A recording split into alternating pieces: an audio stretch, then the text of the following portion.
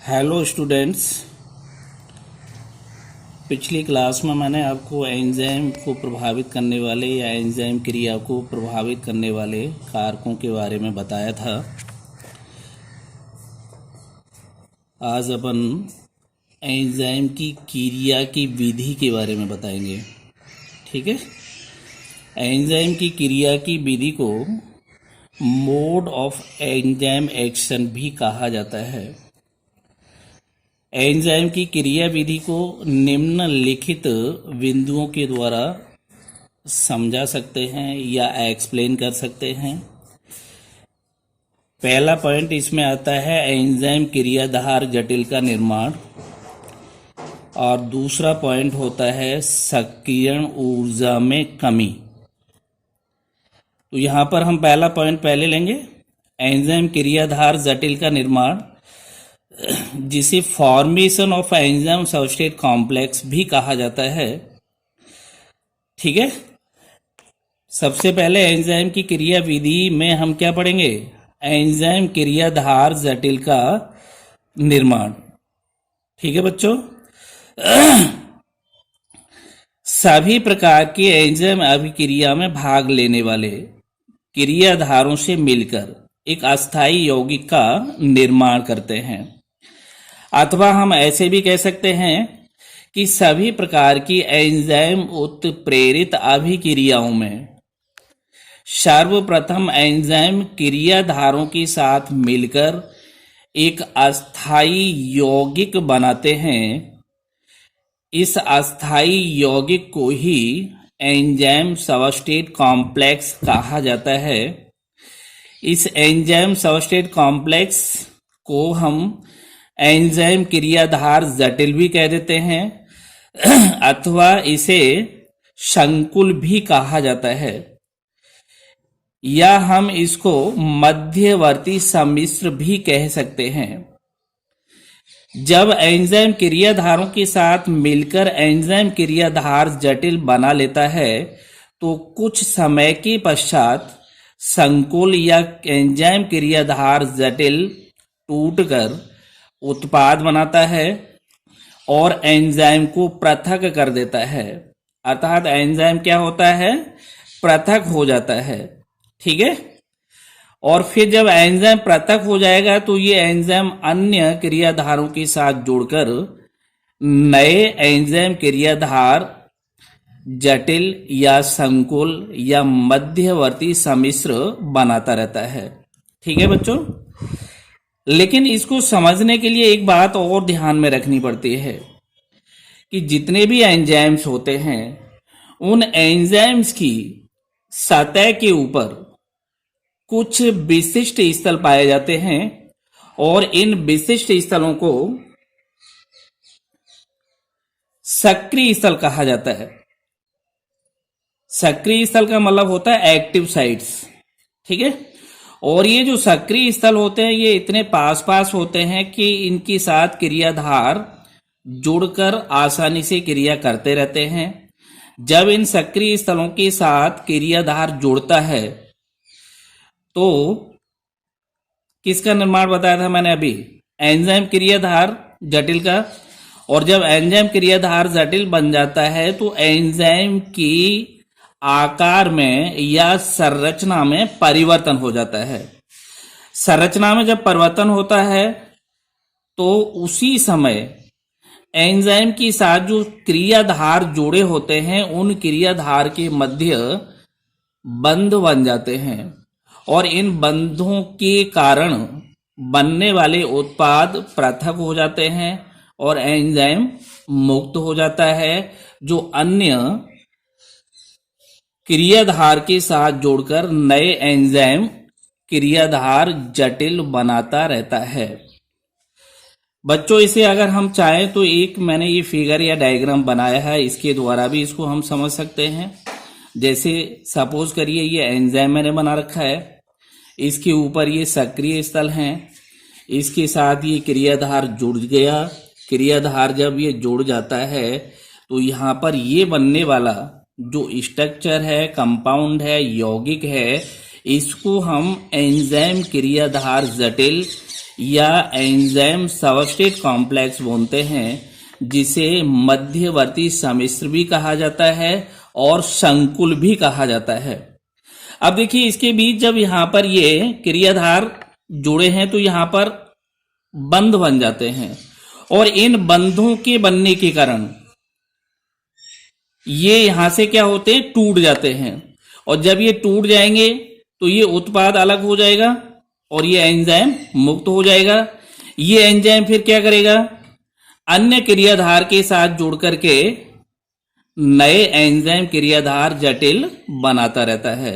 ठीक है, समझ में आ गया। पहला पॉइंट क्या बताया था, एंजाइम क्रियाधार जटिल का निर्माण। ठीक, अब देखिए इस एंजाइम क्रियाधार जटिल के निर्माण की क्रिया को हम दो सिद्धांतों के द्वारा समझते हैं। दो सिद्धांत इसमें कौन कौन से बताए गए हैं, एक तो है ताला चाबी सिद्धांत और एक है प्रेरित आसंजन सिद्धांत। ताला चाबी सिद्धांत को हम लॉक एंड की थ्योरी भी बोलते हैं। यह सिद्धांत एमिल फिशर नामक वैज्ञानिक द्वारा प्रतिपादित किया गया। इसका प्रतिपादन कौन से सन में हुआ, 1984 में। इस सिद्धांत के अनुसार ये बताने का प्रयास किया गया है कि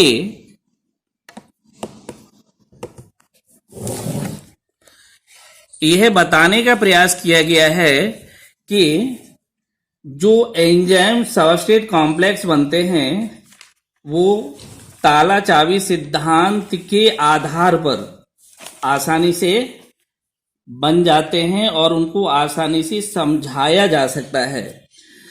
जिस प्रकार से कोई विशेष प्रकार का ताला विशेष प्रकार की चाबी के द्वारा ही खोला जा सकता है। ठीक है, अगर हम किसी ताले को खोलना चाहें तो कोई दूसरे ताले की चाबी उसमें थोड़ा ही काम कर रही होती है। अर्थात हम किसी ताले को जब खोलते हैं तो चाबी भी कैसी होगी, पार्टिकुलर होगी। पार्टिकुलर प्रकार की चाबी से ही वो ताला खोला जा सकता है। ठीक इसी प्रकार हम ये कह सकते हैं कि जो विशेष प्रकार के क्रियाधार अणु होते हैं वो विशेष प्रकार के एंजाइम के सक्रिय स्थलों से बंध बनाते हैं, सक्रिय स्थलों के साथ जुड़ जाते हैं और तब किसका निर्माण करते हैं, वो एंजाइम सबस्ट्रेट कॉम्प्लेक्स का। ठीक है ना। इसका मतलब क्या हुआ कि जिस प्रकार से हम किसी ताले को उसी की चाबी के द्वारा खोल सकते हैं, ठीक उसी प्रकार से कोई विशेष प्रकार का क्रियाधार विशेष प्रकार के एंजाइम के सक्रिय स्थलों के साथ जुड़कर ही क्या बनाएगा, एंजाइम सबस्ट्रेट कॉम्प्लेक्स। ठीक है ना। इसका अर्थ ये हुआ कि किसी भी एंजाइम को हम किसी भी क्रियाधार के साथ नहीं जोड़ सकते। अर्थात कोई भी एंजाइम किसी भी क्रियाधार के साथ क्रिया नहीं करता है। विशेष प्रकार का एंजाइम विशेष प्रकार के क्रिया कारक या क्रियाधार या आधारीय पदार्थ के साथ ही जुड़ पाता है। अतः हम कह सकते हैं कि क्रिया कारक चाबी की भांति तथा एंजाइम के सक्रिय स्थल ताले की भांति कार्य कर रहे होते हैं। ठीक है। सरल भाषा में हम ये कह सकते हैं कि जो विशेष प्रकार के एंजाइम होते हैं उन पर विशेष प्रकार के स्थल, जिनको हम सक्रिय स्थल कह रहे होते हैं, उनके साथ विशेष प्रकार के क्रियाधार या आधारीय पदार्थ जुड़ जाते हैं। ठीक है।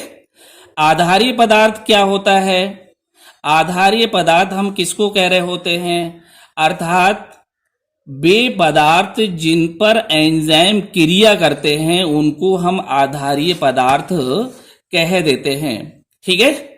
अब इसको अगर आप और सरल भाषा में समझना चाहें तो जैसे प्रोटीनेज एंजाइम होता है, प्रोटीनेज एंजाइम किसके ऊपर क्रिया करेगा, प्रोटीन के ऊपर।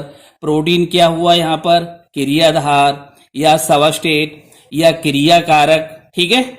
इसी प्रकार से अगर माल्टोज पर क्रिया करवाना है तो माल्टेज एंजाइम होगा, लैक्टोज पर क्रिया करवाना है तो लैक्टेज एंजाइम होगा। अर्थात विशेष प्रकार का एंजाइम विशेष प्रकार के क्रियाधार से ही जोड़ता है। अर्थात विशेष प्रकार का क्रियाधार विशेष प्रकार के एंजाइम के सक्रिय स्थल के साथ जोड़कर एंजाइम सबस्ट्रेट कॉम्प्लेक्स बना लेता है। ठीक है। दूसरा सिद्धांत बताया गया है प्रेरित आसंजन सिद्धांत। इस सिद्धांत का प्रतिपादन कॉशलैंड नामक वैज्ञानिक ने किया और ये सिद्धांत 1966 में प्रतिपादित किया गया था। इस सिद्धांत के अनुसार ये बताया जाता है कि एंजाइम की सतह पर पाए जाने वाले जो सक्रिय स्थल होते हैं वो दृढ़ नहीं होते। अर्थात इन स्थलों का जो आणविक विन्यास होता है वो कैसा होता है, परिवर्तनशील होता है या लचीला होता है। अर्थात प्रारंभ से ही सक्रिय स्थल क्रियाधार की संरचना के अनुसार नहीं होते हैं या क्रियाधार की संरचना के अनुपूरक नहीं होते हैं। जैसे ही क्रियाधार एंजाइम के सक्रिय स्थल के साथ जुड़ता है तो सक्रिय स्थल क्रियाधार की संरचना से प्रेरित होकर अपने अंदर थोड़ा सा परिवर्तन कर लेते हैं और उस परिवर्तन के आधार पर सक्रिय स्थल क्रियाधार के अनुपूरक हो जाता है और तब क्रियाधार आसानी से सक्रिय स्थल के साथ जुड़ जाता है। ठीक है।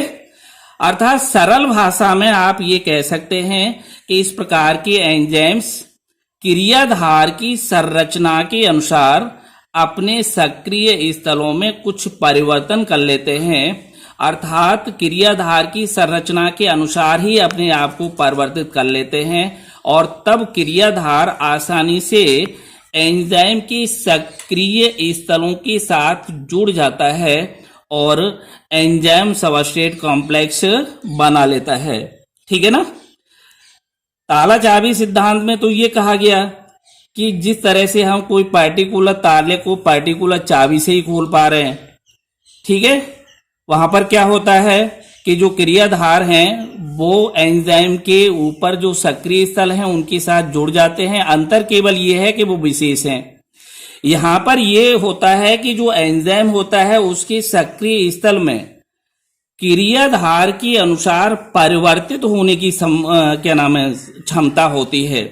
इसीलिए जैसी संरचना क्रियाधार की होगी वैसे ही एंजाइम का सक्रिय स्थल भी परिवर्तित हो जाता है। अर्थात क्रियाधार की संरचना से प्रेरित होकर सक्रिय स्थल किसके अनुपूरक हो जाता है, क्रियाधार के अनुपूरक। क्रियाधार जैसा ही तब क्रियाधार के साथ आसानी से सक्रिय स्थल जुड़ जाते हैं। इस प्रकार से इसमें एंजाइम सबस्ट्रेट कॉम्प्लेक्स का निर्माण होता है। क्योंकि यहाँ पर सक्रिय स्थल क्रियाधार संरचना के द्वारा प्रेरित होकर अपने अंदर परिवर्तन करता है, इसीलिए इस सिद्धांत को क्या नाम दिया गया है, प्रेरित आसंजन सिद्धांत। ठीक है बच्चों, क्या बताया मैंने कि एंजाइम सबस्ट्रेट कॉम्प्लेक्स के निर्माण की क्रिया को हम दो प्रकार के सिद्धांत के द्वारा समझा सकते हैं। पहला सिद्धांत ताला चाबी सिद्धांत और दूसरा सिद्धांत क्या बताया था, प्रेरित आसंजन सिद्धांत। ठीक है। इसके बाद आता है सक्रियण ऊर्जा में कमी। सक्रियण ऊर्जा में कमी, लोअरिंग ऑफ एक्टिवेशन एनर्जी। इसका मतलब ये होता है कि अगर हम किसी तरह का कोई भी काम करते हैं, किसी तरह की कोई भी क्रिया आरंभ करते हैं, तो उसके लिए हमें किसकी आवश्यकता होती है, ऊर्जा की, आवश्यक ऊर्जा की।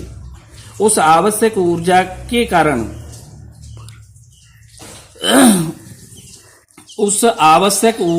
कारण हम उस क्रिया को शुरू कर पाते हैं। अर्थात हम किसी क्रिया को आरंभ करने के लिए जो ऊर्जा काम में ले रहे होते हैं वही ऊर्जा क्या होती है, सक्रियण ऊर्जा होती है। अथवा आप ये कह सकते हैं कि सभी प्रकार की रासायनिक अभिक्रियाओं को आरंभ करने के लिए आवश्यक ऊर्जा को ही सक्रियण ऊर्जा कह सकते हैं। ये बहुत इंपॉर्टेंट है बच्चों, इसको ध्यान में रखना। किसी भी तरह की जो अभिक्रिया है, रासायनिक अभिक्रिया है, उसको आरंभ करने के लिए जो ऊर्जा आवश्यक है, वही आवश्यक ऊर्जा क्या कहला रही होती है? सक्रियण ऊर्जा या एक्टिवेशन एनर्जी। लेकिन एंजाइम में ये विशेषता होती है कि एंजाइम क्रियाधार के अणुओं को सक्रिय करने के लिए उनकी आवश्यक ऊर्जा में कमी ला देते हैं।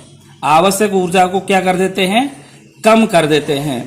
अतः एंजाइम की उपस्थिति में क्रिया कारक कम सक्रियण ऊर्जा पर ही क्रियाफलों में परिवर्तित हो जाता है।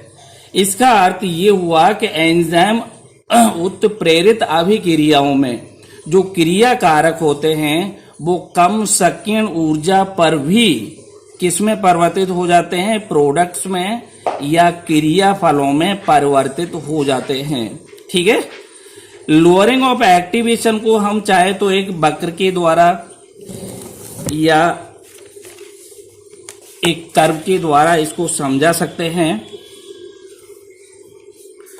जैसे यहां पर मैंने ये कर्व बनाया है, वक्र बनाया है, ये क्रियाधार की दर है, रेट ऑफ सबस्ट्रेट, ये पोटेंशियल एनर्जी है, इन्फेक्टिव स्टेज है।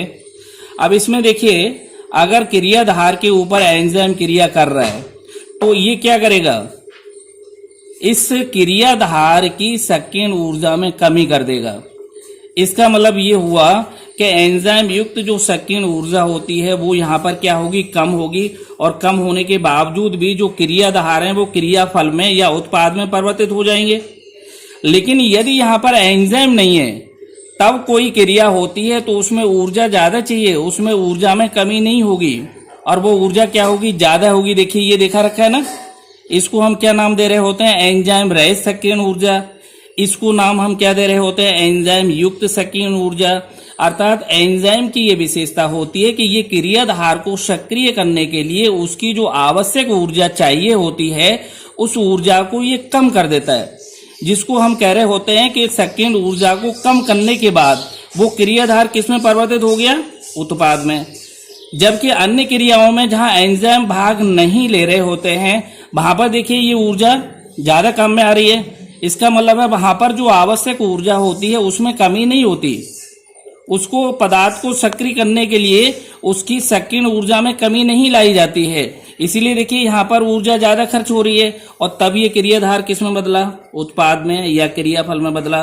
तो यहाँ पर देखिए ये अंतर होता है कि एंजाइम के अंदर ये विशेषता है कि जब भी एंजाइम क्रियाधार पर क्रिया करेगा तो सबसे पहले जो आवश्यक ऊर्जा होती है जो उसे क्रियाधार को सक्रिय करेगी उस ऊर्जा में ये कमी ला देता है। ठीक है। और उस कम सक्रियण ऊर्जा पर भी क्रियाधार किसमें परिवर्तित हो जाते हैं?